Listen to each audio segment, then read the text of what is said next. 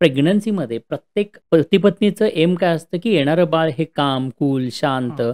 प्रसन्न, हुशार, बुद्धिमान असावं. बट रिॲलिटीमध्ये आजच्या परिस्थितीमध्ये जर बघितलं ना, की डिलिव्हरीनंतर ही बाळं आई-वडिलांना फ्रस्ट्रेटिंग वाटायला लागतात. कारण जन्माला आल्यानंतर ही बाळं क्रँकी असतात आणि मग आई-वडील याच्यामध्ये सफर करतात. सो आनंदाचा क्षण कधी एकदा फ्रस्ट्रेशनमध्ये बदलला हेही बरेचदा लक्षात येत नाही. पण आमच्याकडे एक उदाहरण आहे. निहिरा नाव त्या मुलीचं. मला गर्भसंस्कारांचं तुमचं वर्कशॉप मिळालं. आम्ही गर्भसंस्कारांची प्रोसेस 9 महिने फॉलो केली आणि हां. त्याचा परिणाम असा झाला, की आज 20 महिन्याच्या एजमध्ये ते कपल त्या बाळाला घेऊन 19 देश, 45 फ्लाइट, 3 कॉन्टिनेंट फिरून आलेले आहेत. ओह! आणि आई सांगते, की "sir, we are literally celebrating our motherhood." की आज गेल्या 5.5 वर्षांमध्ये जगभरामधून जे काही आम्हाला हजारो, लाखो कपल्स जोडली गेली. आतापर्यंत 32 बेबीज आहेत ज्यांनी वर्ल्ड रेकॉर्ड दर्ज केलेले आहेत. सो हे वर्ल्ड रेकॉर्ड कशाचे आहेत, की जसं हां. 3.5 किंवा 3 महिन्यात बाळ क्राउलिंग करतंय म्हणजे ते रांगायला लागलेलं आहे. सो हो. याच्यासाठीचं त्याचं वर्ल्ड रेकॉर्ड बनलेलं आहे. 3.5 महिन्यांच्या 4 महिन्याच्या एजमध्ये हायेस्ट स्टेअरकेसेस चढलेलं आहे बाळ आणि त्यासाठी ओह! वर्ल्ड रेकॉर्ड बनलेलं आहे. बाळं जे 300 पेक्षाही अधिक ऑब्जेक्ट सहज ओळखतायत, ते सांगतायत, बरं. आयडेंटिफाय करतायत. 8 महिने, 9 महिन्यांमध्ये असणारी ही बाळं, ती एक्स्ट्राऑर्डिनरी अमेझिंग ग्रास्पिंग पॉवर यासाठी काही वर्ल्ड रेकॉर्ड बनलेले आहेत. अशा वेगवेगळ्या गोष्टींसाठी ही बाळं वेगळी जाणवलेली आहेत आणि त्यांच्यामध्ये ते वेगळेपण दिसून येतं. आमच्याशी ज्या महिला जोडल्या गेल्या त्या प्रत्येक महिलेला सांगतो, की तू एक सर्वसाधारण आई नाहीये, तर या 9 महिन्यांसाठी तू जिजाऊ आहेस. ओह! आणि मग तो दृष्टिकोन बदलतो. 9 महिने त्या बाळाकडे पाहण्याचा दृष्टिकोन आज प्रत्येक आईचा बदलला पाहिजे, पित्याचा बदलला पाहिजे. जन्माच्या आधीच जर का हे बाळकडू दिलं गेलं, गर्भसंस्कारांची प्रोसेस दिली गेली, तर माझी निश्चित खात्री आहे, की हे बाळ तुम्ही असो किंवा नसो, यशाच्या शिखरावरती पोहोचल्याशिवाय राहणार नाही. आजकाल काय झालेलं आहे, माझ्या बाळात काय गुण आणि क्वालिटीज आहेत हे पाहण्यापेक्षा शेजाऱ्याचं बाळ काय करतंय, त्याच्यात कोणते गुण आणि क्वालिटीज आहेत, त्या माझ्या बाळात आणण्यासाठीचा मी अट्टहास करतो. म्हणजे माझ्या बाळाकडे जे आहे त्याचं कौतुक न करता जे नाहीये त्याचं दुःख जास्त मी करतोय. ते दुःख करणं टाळलं पाहिजे. जे तुमच्या बाळात बेस्ट आहे ना, त्याला अजून बेस्ट बनवण्यासाठी प्रयत्न केले गेले पाहिजे. प्रेग्नन्सीचे 9 महिने, डिलिव्हरीनंतर 6 वर्ष हा कालावधी आहे ना, हा बाळासाठी खूप महत्त्वाचा आहे. इथे छत्रपती शिवाजी महाराजांचं पॅरेंटिंग खूप छान झालं मी म्हणेन. आईला माहिती होतं माझं बाळ हिंदवी स्वराज्यासाठी एक राजा बनण्यासाठी येणार. राष्ट्रमाता जिजाऊ माँसाहेबांनी सर्वसाधारण 2ऱ्या वर्षापासून छत्रपती शिवाजी महाराजांना बाहेर ठेवलं स्वतःपासून. कोणते स्किल हवे आहेत, तलवारबाजी यायला पाहिजे, घुडस्वारी यायला पाहिजे, राजनीती यायला पाहिजे, संघटन कौशल्य यायला पाहिजे, अनेक भाषा यायला पाहिजे. एक राजा म्हणून परिपक्वता जी काय असायला हवी ती येण्यासाठी त्या गुरूंकडे छत्रपती शिवाजी महाराजांना पाठवण्यात आलं आणि ते स्किल त्यांच्यामध्ये भरलं गेलं. त्याच्या पालकांनी सुद्धा आपल्या बाळातला वन थिंग आयडेंटिफाय करून त्याचं बाय बर्थ टॅलेंट आयडेंटिफाय करून त्याच रिलेटेडच्या गोष्टी देण्याचा प्रयत्न केला गेला पाहिजे. खरं तर मी एक स्वप्न पाहिलंय आणि एक भारतरत्न घडवण्याचं आणि मला खात्री आहे की या प्रोसेसच्या माध्यमातून आज पिढी बदलते, अगदी 100% बदलते. येणाऱ्या 15 वर्षात जेवढी काही या भारताचं प्रतिनिधित्व करणारी व्यक्तिमत्व असतील ती याच गर्भसंस्कारच्या प्रोसेसमधून गेलेली असतील. त्यामुळे आजपासून प्रेग्नन्सीकडे त्या बाळाकडे पाहताना नेहमी हेच पाहायचं आहे की माझ्या गर्भात वाढणारे बाळ फक्त माझं बाळ नाहीये, एक भारतरत्न माझ्या गर्भात आज वाढतंय, भारताचं भवितव्य माझ्या गर्भात वाढतंय, हा विचार ठेवायचा आहे आणि मग या 9 महिन्यांमध्ये स्वतःला ऍक्टिव्ह ठेवायचं. एखादी स्त्री प्रेग्नेंट आहे, तर या गर्भसंस्काराच्या माध्यमातून तिने कुठल्या गोष्टी टाळल्या पाहिजेत?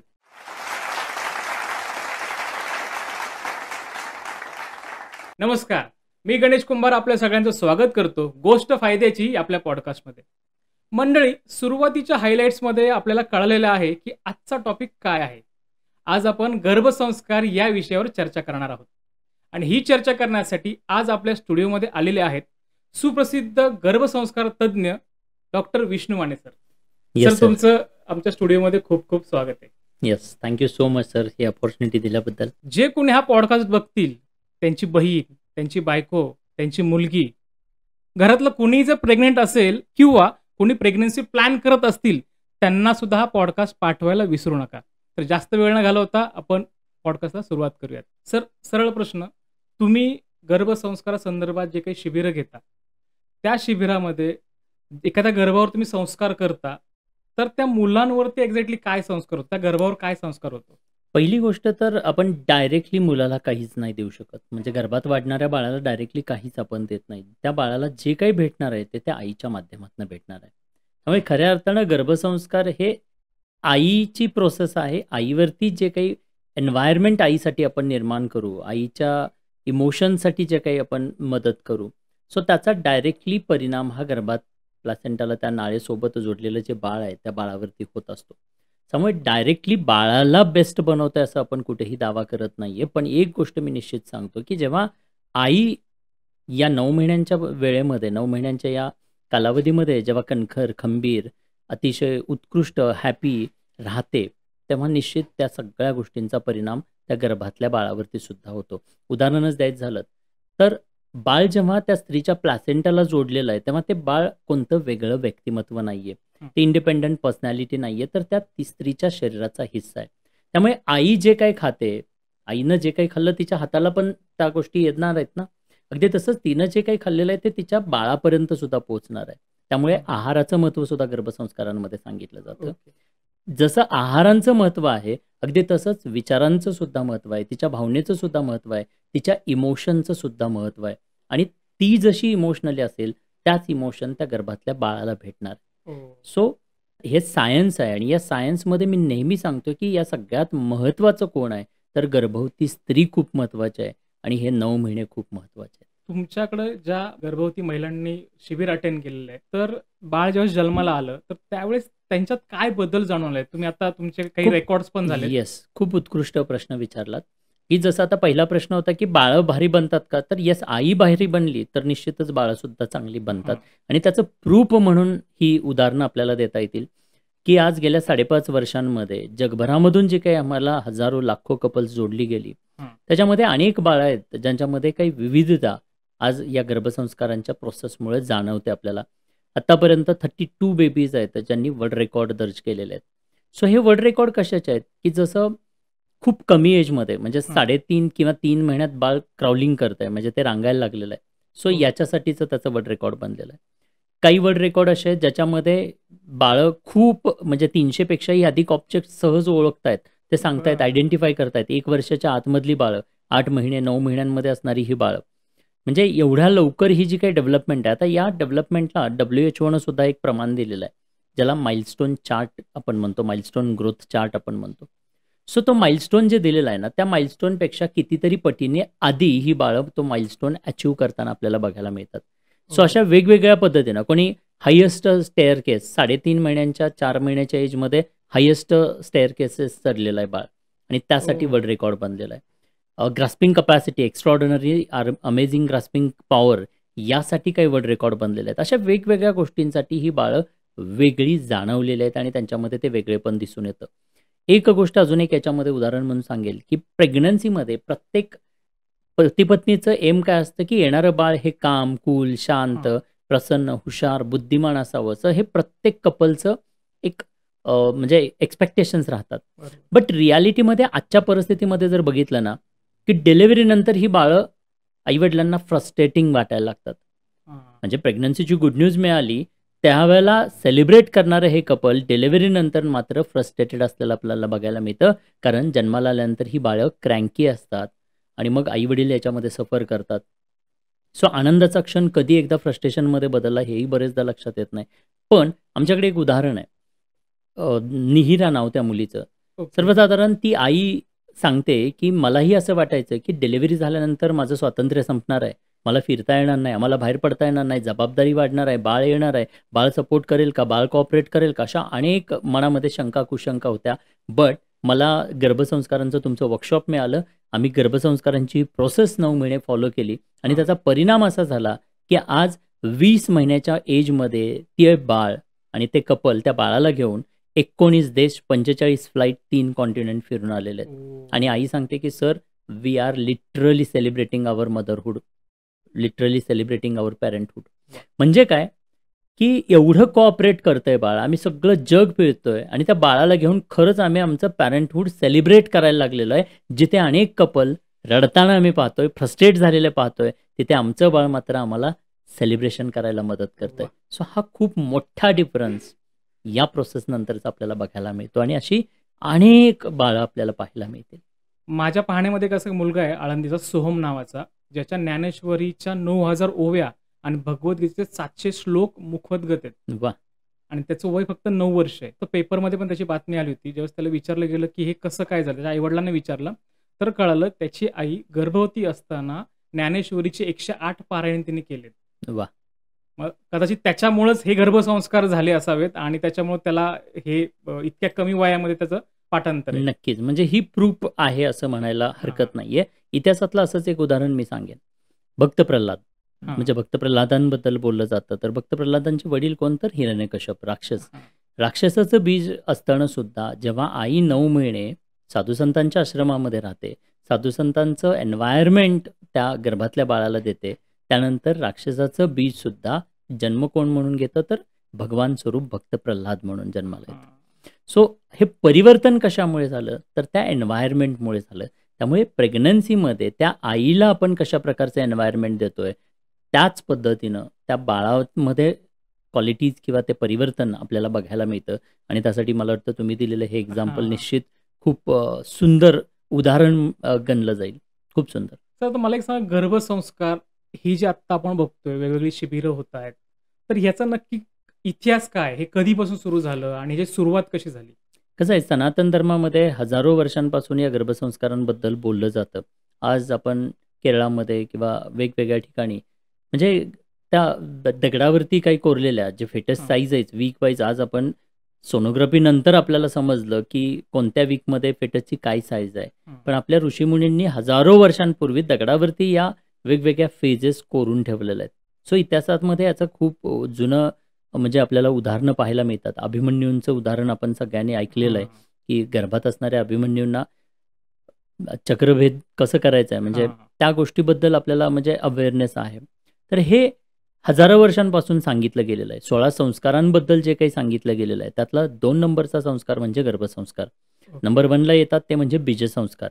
खरं तर गर्भसंस्कारांच्या आधी ही बीजसंस्कारांपासूनची सुरुवात झाली पाहिजे आणि ती सुरुवात झाली तर निश्चित मला वाटतं की खूप छान परिवर्तन घडतं किंवा त्याचा आपल्याला फायदा झालेला जाणवतो. सर, आज लोकं गर्भसंस्कारापेक्षा मॅटर्निटी फोटोशूटला जास्त महत्त्व देत आहेत. पण तुम्हाला वाटतं का, की गर्भसंस्कार खरंच काळाची गरज आहे? आणि खरंच काळाची गरज आहे, कारण मॅटर्निटी फोटोशूट हे आपलं कल्चर नाही आहे. हं. आपल्या संस्कृतीमध्ये गर्भसंस्कारांचं म्हणजे कल्चर होतं आणि ते आजही फॉलो केलं तर त्याचं उत्कृष्ट परिवर्तन आपल्याला बघायला मिळतं.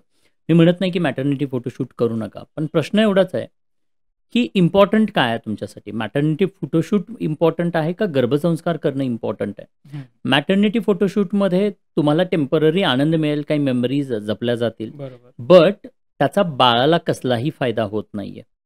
बट गर्भसंस्कारांची ही अशी संस्कृती आहे, असं कल्चर आहे, जे जर या 9 महिन्यांमध्ये फॉलो केलं गेलं तर त्याचा परिणाम बाळासोबत आयुष्यभरासाठी राहणार आहे. सो आयुष्यभर एक आई गर्भसंस्कारांच्या माध्यमातून गर्भात वाढणाऱ्या त्या बाळाला जन्मजात स्वभाव, स्वरूप, संस्कार आणि कपॅसिटीचं हे वरदान देत असते. सो हो. आज जर का हे दिलं ना, तर भविष्यात या बाळाला दुसरं कदाचित काही देण्याची गरज पडणार नाही. मॅटर्निटी फोटोशूट तुमच्या मेमरीज, टेम्पररी मेमरीजसाठी ते तुम्हाला हॅपीनेस देईल, बट लाईफटाईम बाळाला त्याचा कसलाही फायदा होत नाहीये.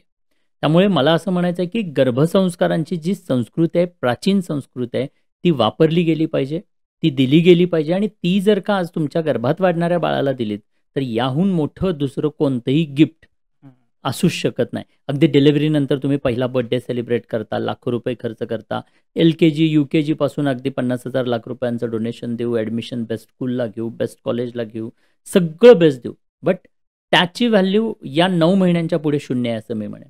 कारण आज गर्भात असताना तुम्ही जे काही देताय ते आयुष्यभरानंतरचं त्याचं व्यक्तिमत्व बनायला मदत होणार आहे. म्हणजे लिटरली जर आपण पाहिलं तर प्रेग्नन्सीमधले 9 महिने इज इक्वल टू डिलिव्हरीनंतरचं संपूर्ण आयुष्य. हो. म्हणजे जन्मानंतरचं संपूर्ण आयुष्यामध्ये एखादं व्यक्तिमत्व किती उंचीवरती पोहोचणार आहे, किती यशस्वी होणार आहे, किती सफल होणार आहे, हे जन्माआधीच्या 9 महिन्यांवरती डिपेंड राहतं. कारण काही व्यक्तिमत्व असतात ती जन्मजातच क्षेत्र कोणतंही असो, ज्या क्षेत्रात जातील त्या क्षेत्रात यशाच्या उच्च शिखरावरती पोहोचणारे असतात.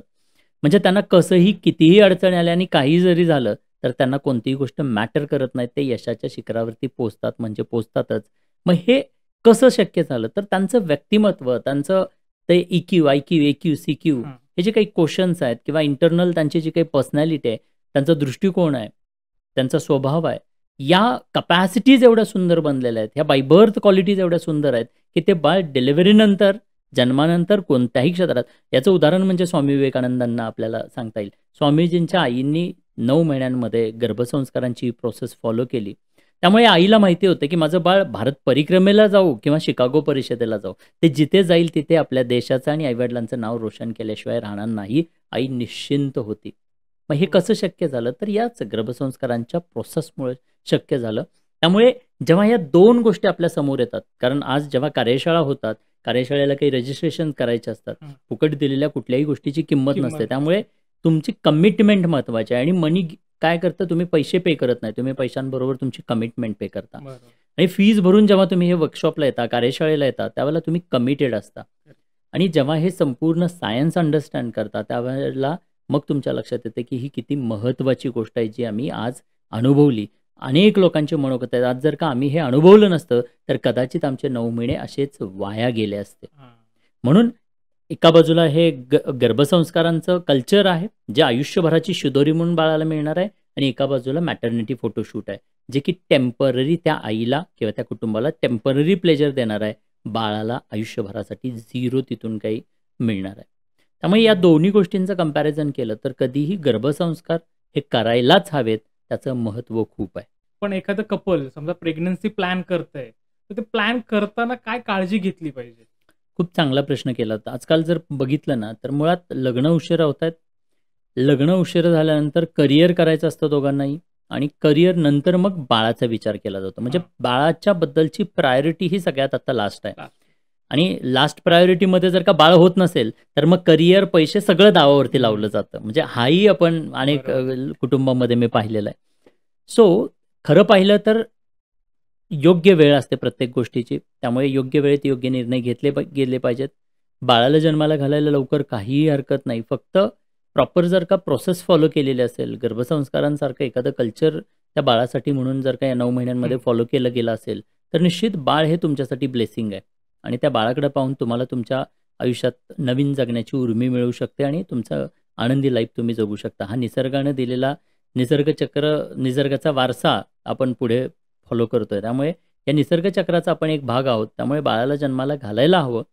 मग बाळाला जन्माला घालायचा विचार करत असताना तर as early as possible, at least जर योग्य वय म्हटलं तर आत्ताच्या काळामध्ये अगदी 25 पासून मॅक्झिमम 35 किंवा 34 पर्यंत आपण वय म्हणू शकतो की या एजमध्ये असणाऱ्या कपल्सनी लवकरात लवकर बाळाला जन्माला घालण्याचा प्लॅन केला गेला पाहिजे, जेणेकरून पुन्हा काही कॉम्प्लिकेशन्स, प्रॉब्लेम्स आणि मग कॉम्प्लिकेटेड प्रोसेसला फॉलो करायची, म्हणजे त्या प्रोसेसमध्ये जायची गरज तुम्हाला भासणार नाही आहे. दुसरी गोष्ट, आज जे काही ॲडिक्शनचं प्रमाण आपण पाहतोय, सो विशेषतः विशेष क्षेत्रामध्ये काम करणारी मुलं मुली, आजचे जे काही तरुण आहेत, युवक युवती आहेत, सो बऱ्यापैकी हे आज कुठेतरी ॲडिक्टेड आहेत. अल्कोहोल ॲडिक्टेड असतील किंवा टोबॅको रिलेटेड काही गोष्टी म्हणजे स्मोक करत असतील. तर अशा गोष्टींमुळे इव्हन आपली लाईफस्टाईल, या लाईफस्टाईलमुळे सुद्धा, कारण ओबेसिटीचं प्रमाण आजकाल वाढत आहे, डायबिटीजसारखे इश्यूज आजकाल खूप अर्ली एजमध्ये बघायला मिळत आहेत. सो असे सगळे जे काही इश्यूज आहेत, या इश्यूजमुळे सुद्धा इश्यू व्हायला म्हणजे बाळ व्हायला खूप प्रॉब्लेम्स आज कपल्समध्ये बघायला मिळतात. त्यामुळे या प्रश्नाचं उत्तर अगदी थोडक्यात आणि सरळ द्यायचं म्हटलं तर मी एवढंच म्हणेन की तुमचं माइंड अँड बॉडी हेल्दी असलं पाहिजे, दोघांचं, पती पत्नींचं. बीजसंस्कारांसारखी एखादी प्रोसेस जी आपल्या हजारो वर्षांपूर्वी प्राचीन युगात सांगितलेलं आहे, त्या प्रोसेसला फॉलो केलं गेलं पाहिजे.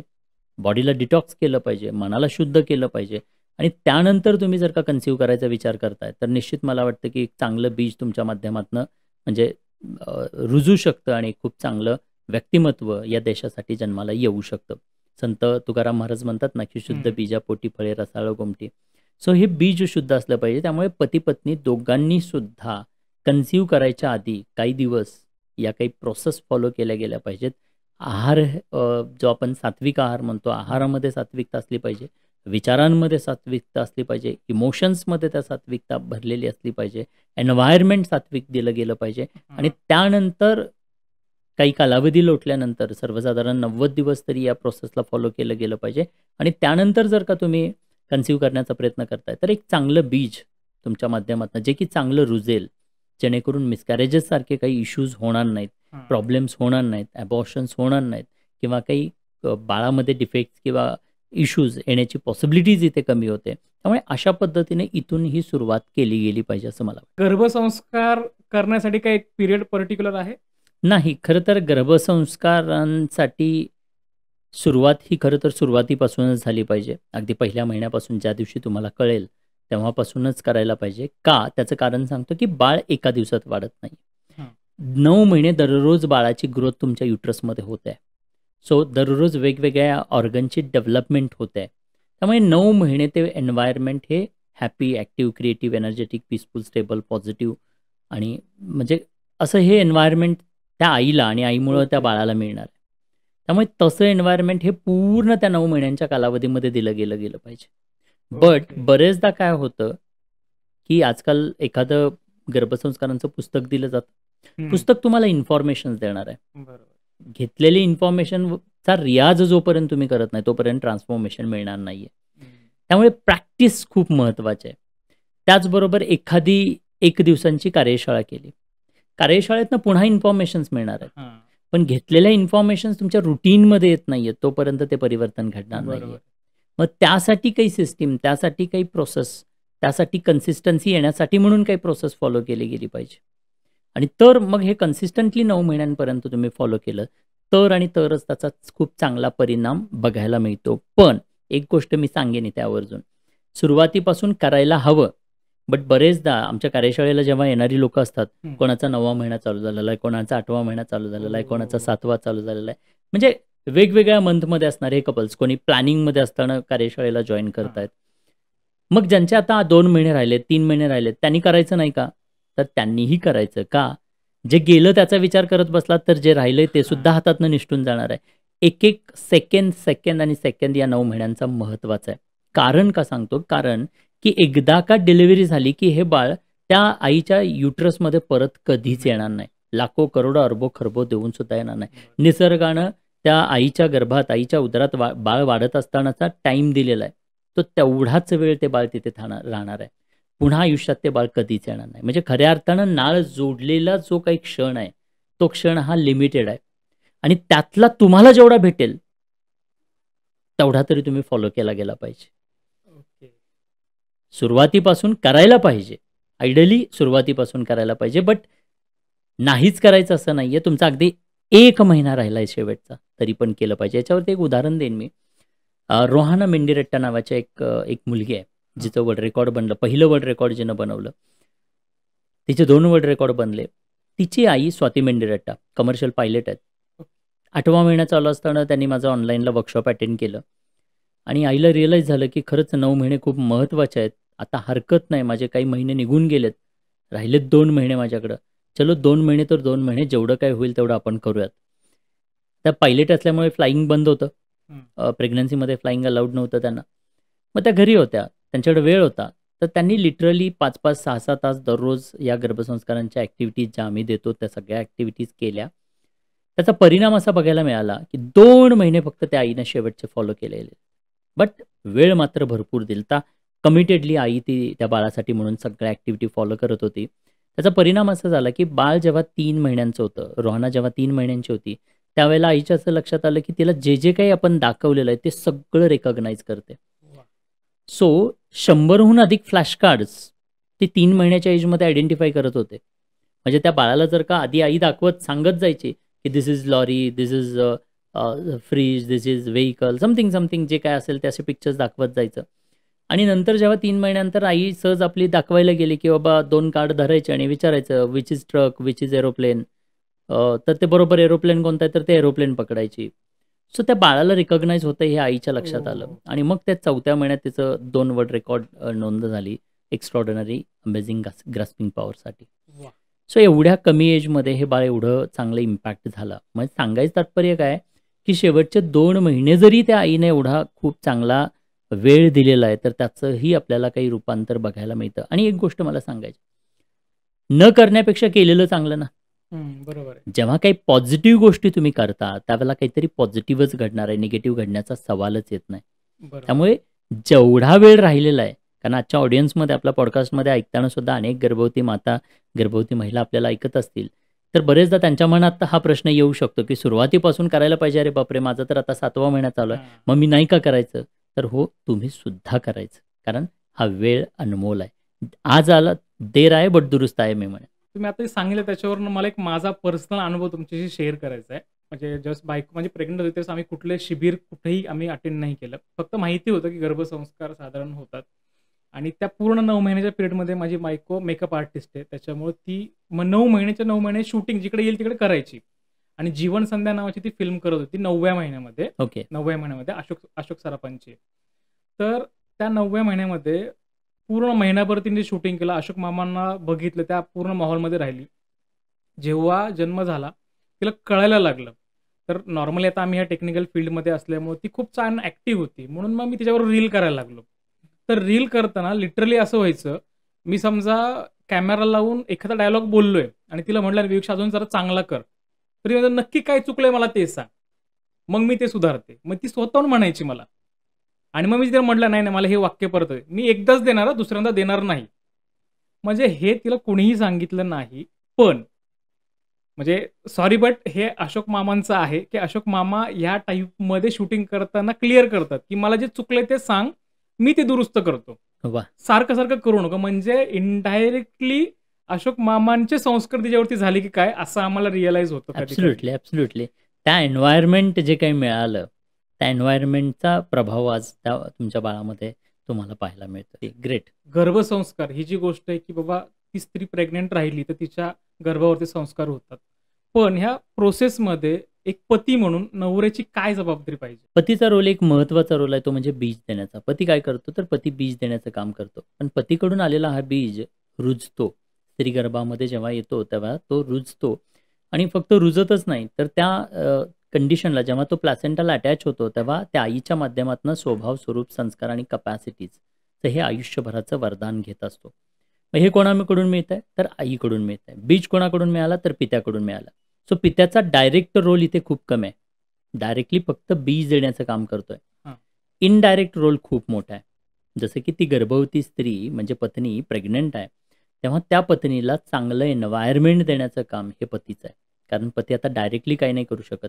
बट इनडायरेक्टली तिला खुश ठेवण्याचं काम, तिला हॅपीनेस देण्याचं काम, तिच्यासोबत क्रिएटिव्ह टास्क, लॉजिकल टास्क करण्याचं काम, तिला वेळ देण्याचं काम, तिला एनर्जी देण्याचं काम, तिला पॉझिटिव्हिटी देण्याचं काम, तिला उत्साह देण्याचं काम, तिला कन्सिस्टन्सी देण्याचं काम हा पती करू शकतो. आणि फक्त पतीच नाही आहे, तर पतीसोबत घरातल्या असणाऱ्या व्यक्तीने सुद्धा तसं एन्व्हायर्नमेंट बनवलं पाहिजे, की त्या गर्भवती मातेला, त्या स्त्रीला हॅपीनेस कसा मिळेल, पॉझिटिव्हिटी कशी मिळेल, ऊर्जा कशी मिळेल, तिला एन्करेजमेंट कशी होईल. तर याकडं लक्ष देणं हा खूप महत्त्वाचा आणि मोठा रोल पतीचा आहे. आणि त्यासाठी थोडंसं तिथली इन्व्हॉल्वमेंट पतीची, तिला हॅपीनेस देण्यासाठीचं इन्व्हॉल्वमेंट वाढली गेली पाहिजे.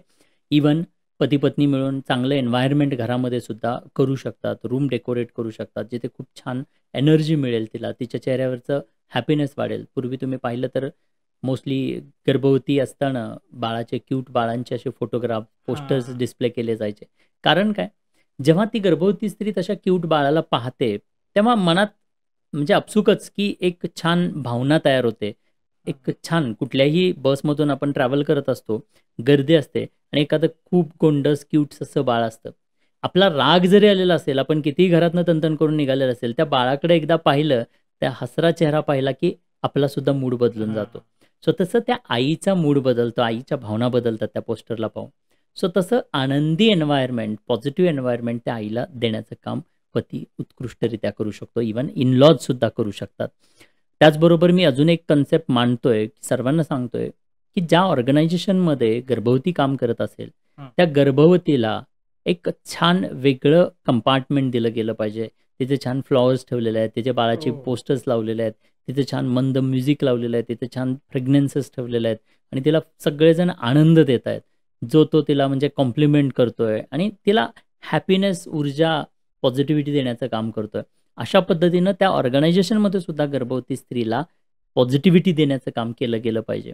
बरेचदा तिला प्रेशराईज करणारं काम असेल, तर तिचा रोल बदलला गेला पाहिजे. मी इथे म्हणत नाहीये कोणालाही, की तुम्ही मॅटर्निटी लीव्ह घ्या.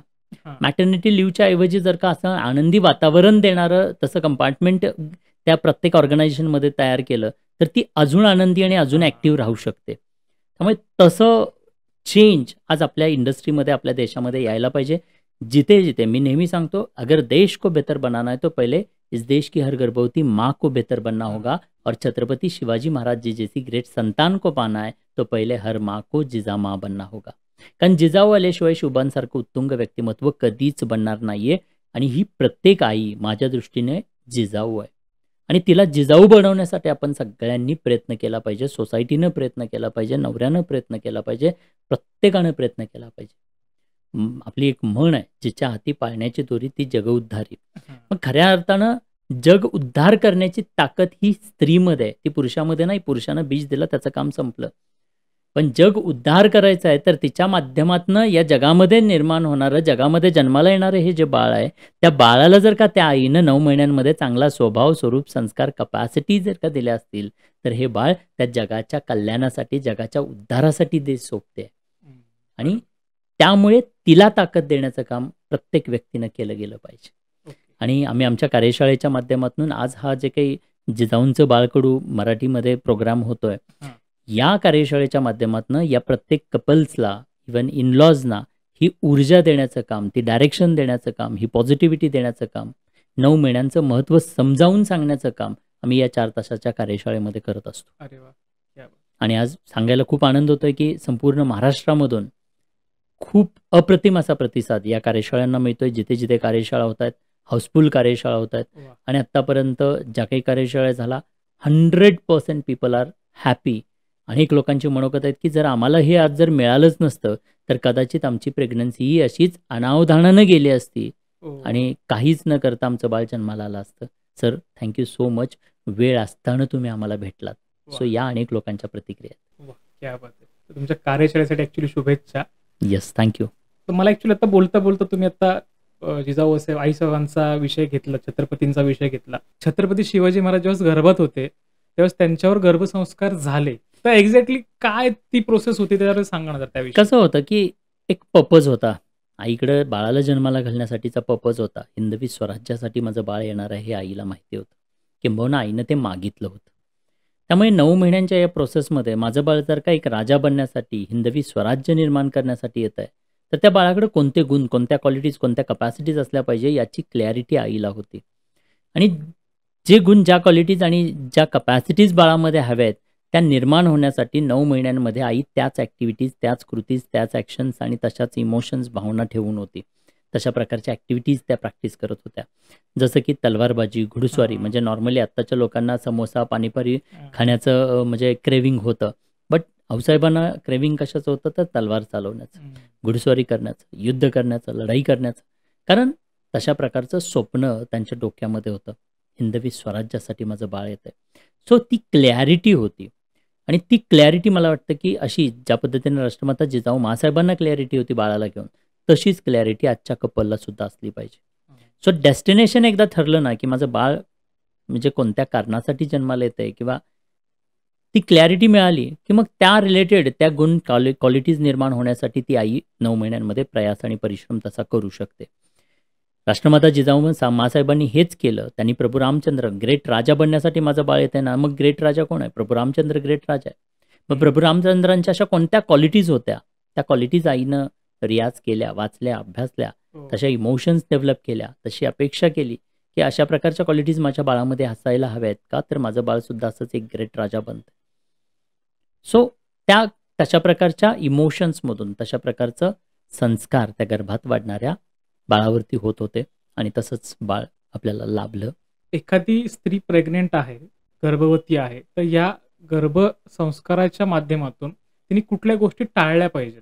गर्भसंस्कारांच्या माध्यमातून कुठल्या टाळल्या पाहिजे तर पहिली गोष्ट स्ट्रेस टाळला पाहिजे. कसलाही स्ट्रेस, कोणत्याही कारणानं निर्माण होणारा स्ट्रेस, इरिटेशन्स, राग, चिडचिड, भांडणतंटा, निगेटिव्हिटीज, लाऊड आवाज हे टाळले पाहिजे. सो ह्या निगेटिव्हिटीज आहेत, भीतीदायक घटना आहेत, भीतीदायक गोष्टी आहेत, त्रास देणाऱ्या गोष्टी आहेत, ह्या बाळावरती सुद्धा परिणामकारक ठरत आहेत. सो आई जर रडत बसलेली असेल, आई जर का डिप्रेशनमध्ये असेल, आई जर का स्ट्रेसमध्ये असेल, आईनं जर का गिवअप केलेलं असेल, आई जर का लो फील करत असेल, तर सेम थिंग्स त्या बाळावर सुद्धा पोचत आहेत. आणि मग बाळसुद्धा जन्मानंतर असंच बनलं तर मग तुम्ही आयुष्यभर पोचणार आहात त्याला. सो येणाऱ्या बाळाला पोचण्यापेक्षा येणाऱ्या बाळाला ताकद द्या, त्या कपॅसिटीचं वरदान द्या. आणि ते जर का दिलं तर कदाचित तुम्ही उद्या असो किंवा नसो, हे बाळ मात्र तुमचं आणि देशाचं नाव उज्ज्वल केल्याशिवाय राहणार नाही. मग या स्त्रियांनी, गर्भवती स्त्रियांनी या प्रेग्नन्सीमध्ये कुठल्या गोष्टी खाल्ल्या पाहिजेत आणि कुठल्या गोष्टी नाही खाल्ल्या पाहिजेत? आहाराबाबतीत म्हणाल ना, तर आपला जे काही आयुर्वेदामध्ये सांगितलेलं की वेगवेगळ्या आपल्या प्रकृती आहेत. कोणी पित्त प्रकृतीचा आहे, सो वात प्रकृतीचा आहे. तर तुमच्या प्रकृतीनुसार तुमचा आहारसुद्धा डिसाईड होतो. सो थंब रूल एक जनरल आहाराचा गाईडन्स आहे. बट टिल मला असं वाटतं की आहार खूप महत्त्वाचा रोल प्ले करतो या प्रेग्नन्सीमध्ये. तर एक जनरल आहार तर आहेच आहे, की ज्याला आपण सात्विक आहार म्हणतो. अगदी veg, non-veg there is no problem. But तुमच्या बॉडीमध्ये आत्ता कशाची कमतरता आहे, कोणते हो. न्यूट्रिएंट्स तुम्हाला आवश्यक आहेत. कारण तुम्ही जे घेताय ते कदाचित जास्त असतील, तर ते घेऊन फायदा नाही, त्याचा हां. ॲडव्हर्स इफेक्ट होणार आहे. बरोबर. बॅलन्स मात्रामध्ये असलं पाहिजे. त्यामुळे तुमच्या डायटिशियनचा योग्य सल्ला घेतला पाहिजे आणि ट्रायमेस्टर वाईज तुम्ही त्या पद्धतीनं योग्य आहार घेतला गेला पाहिजे. जनरली हे खा आणि हे खाऊ नका, याच्यामध्ये फारसं असं तुम्हाला काही मिळत नाही. बट स्पेसिफिकली तुमचा आहार, तुमच्या बॉडीमध्ये असणाऱ्या न्यूट्रिएंटची जी काही कमतरता आहे, त्यानुसार ते फाइंड आउट करून त्यानुसार तुमचा डाएट हा डिसाईड केला गेला पाहिजे किंवा डिझाइन केला गेला पाहिजे. आणि गर्भसंस्कार ज्यावेळेस आपण करत असतो, त्यावेळेस असंही सांगितलं जातं काही प्रकारची पुस्तकं वाचली गेली पाहिजेत, काही Absolutely. ऑडिओज ऐकले गेले पाहिजेत. तर ते कुठल्या प्रकारचे असतील? जसं की राष्ट्रमाता जिजाऊ माँसाहेबांना काय हवं होतं, तर हिंदवी स्वराज्य निर्माण करणारं बाळ हवं होतं. मग एक राजा बनण्यासाठी, हिंदवी स्वराज्य निर्माण करण्यासाठी माझं बाळ येत आहे. तर मग त्या आईनं काय वाचलं, तर त्या आईने वाचलं रामायण, त्या आईने वाचलं महाभारत. कारण महाभारतामधली किंवा रामायणामधली ही जी काही पात्रं होती, जे कॅरेक्टर्स होते, त्यांच्या ज्या क्वालिटी होत्या, त्याच क्वालिटी आई आपल्या बाळामध्ये बघत होती, व्हिज्युअलाइज करत होती, एक्सपेक्ट करत होती किंवा तसं स्वप्न बाळगून होती. आणि मग तसेच गुण, तशाच क्वालिटीज यायला मदत झाली. सो तुमचं आज येणारं बाळ ज्या कारणासाठी किंवा त्या बाळामध्ये कोणते गुण, कोणत्या क्वालिटीज, कोणत्या कपॅसिटीज तुम्हाला हव्या आहेत, त्याच रिलेटेडची पुस्तकं वाचली गेली पाहिजेत. सेल्फ हेल्पवरती बुक असतील, मोटिव्हेशनल जी तुम्हाला इन्स्पायरिंग करणारी बुक्स हां. असतील, ती वाचली पाहिजेत. ऑटोबायोग्राफीज वाचले पाहिजेत. उदाहरणार्थ तुमचं बाळ जर का उद्याचं एक चांगलं उद्योजक म्हणून जन्म घेत आहे, तर मग जरूर धीरूभाई अंबानींना वाचलं हां, हां. पाहिजे.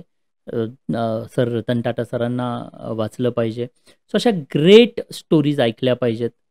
म्हणजे चांगला पॉझिटिव्ह कंटेंट आणि त्यातल्या त्यात जो की ज्या म्हणजे बाळामध्ये जशा क्वालिटीज तुम्ही एक्सपेक्ट करताय, तशाच क्वालिटीजचा कंटेंट वाचला पाहिजे, ऐकला पाहिजे, पाहिला पाहिजे. इव्हन तसंच एन्व्हायर्नमेंट निर्माण केलं गेलं पाहिजे. आता सध्या आपण चित्रपट बघतोय, की अगोदरच्या चित्रपटांची जी काही पद्धत होती मेकिंगची, स्टोरी बरोबर. टेलिंगची, ती खूप वेगळी होती. आज खूप वेगळ्या पद्धतीने मांडलं जाते. व्हायलन्स आलाय. मग खूप. असे चित्रपट बघितले गेले पाहिजेत की नाही? नाही पाहिले पाहिजेत. निश्चित नाही पाहिले पाहिजेत. कारण आज गर्भात जसं आता तुम्हीच तुमच्या बाळाबद्दलचं हां. उदाहरण सांगितलंत, की अशोक मामांच्या आजूबाजूला तुमच्या मिसेस गर्भवती असताना वावरत होत्या. सो त्या ज्या गोष्टींचा आज तुमच्या बाळावरती परिणाम बघायला हां, मिळतोय. हां. मग अशा व्हायलन्स असणाऱ्या फिल्म्स तुम्ही पाहताय, तर निश्चित ॲब्सोल्युटली त्याचा खूप परिणाम त्या गर्भातल्या बाळावरती सुद्धा होतोय. तर ते अव्हॉइड केलं गेलं पाहिजे. तर आता प्रेग्नन्सीमध्ये की आता 9 महिन्याचा पिरियड म्हणजे ॲक्चुअली खूप मोठा आहे. म्हणजे यासाठी मातांना सॅल्यूटच आहे. कारण की वातावरण बदललं की सर्दी, खोकला या गोष्टी होत असतात. सगळ्यांनाच होतात त्या. त्यांनाही झाल्या तरी त्यांना गोळी खायची परमिशन नाहीये. हे आपण बरोबर. जे म्हणतो कारण की त्या बाळावरती इम्पॅक्ट होतो. मग ह्या काळामध्ये त्या मातेने ची मानसिकता नीट राहण्यासाठी, तिचे हेल्थ नीट राहण्यासाठी काय केलं पाहिजे? खूप चांगला प्रश्न आहे. पहिली गोष्ट जर तुम्ही म्हणालात, की 9 महिन्यांचा काळ मोठा आहे. मी म्हणतो नाही, हा काळ खूप छोटा आहे. जर कंपेअर केलं, हां. तुम्ही 10वीत असाल, विचार करा 10वीतल्या त्या फायनल बोर्डाच्या एक्झाममध्ये चांगले मार्क्स मिळावे, त्यासाठी किती किती महिने तुम्ही प्रयत्न केला? कदाचित 12 बरं. महिन्यांपेक्षा जास्त. कारण हां. 9वीचा पेपर संपल्यापासून तुम्ही 10वीत गेलेला होता. बरोबर. हां. सो 12 महिन्यांपेक्षाही अधिक काळ तुम्ही, तुमचे घरचे सगळे तुमच्या मागे लागलेले आहेत. का तर तुमचा 10वीतला बोर्डाच्या त्या फायनल मार्कशीटमध्ये चांगले मार्क्स यावे हां. म्हणून. मग मार्कांसाठी जे की मार्कशीट आज कुठे पडलेलं आहे तुम्हाला माहीत नाहीये. त्या मार्कशीटसाठी तुम्ही जर का 12-12 महिने दररोज 4-4 तास, 5-5 तास परिश्रम करत होतात, तर मग जे बाळ तुमचं प्रेमाचं प्रतीक आहे, जे बाळ तुमचं प्रतिनिधित्व आहे, जे बाळ तुमच्यासाठी प्राऊड आहे, जे बाळ उद्याच्या भारताचं भवितव्य आहे, मग अशा भवितव्यासाठी, अशा प्राऊड या बाळासाठी तुम्ही किती वेळ द्यायला पाहिजे? 9 महिने हे त्या म्हणजे कंपॅरिझनमध्ये खूप छोटा कालावधी आहे.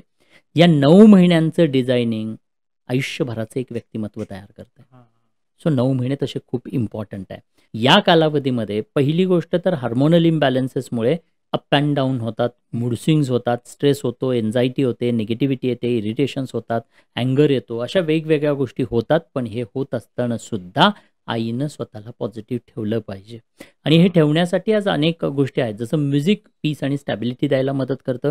प्रेग्नन्सीमध्ये विशेष म्युझिक्स ऐकले पाहिजेत, लो फ्रिक्वेन्सीचे म्युझिक्स ऐकले पाहिजेत आणि हे म्युझिक्स ऐकले तर निश्चित ब्रेनच्या फ्रिक्वेन्सीज रिड्यूस व्हायला मदत होते, पीस आणि स्टॅबिलिटी यायला मदत होते, ज्याचा बाळावरती परिणाम झालेला बघायला मिळतो, की बाळसुद्धा पीस आणि पीसफुल आणि स्टेबल झालेलं आपल्याला पाहायला मिळतं.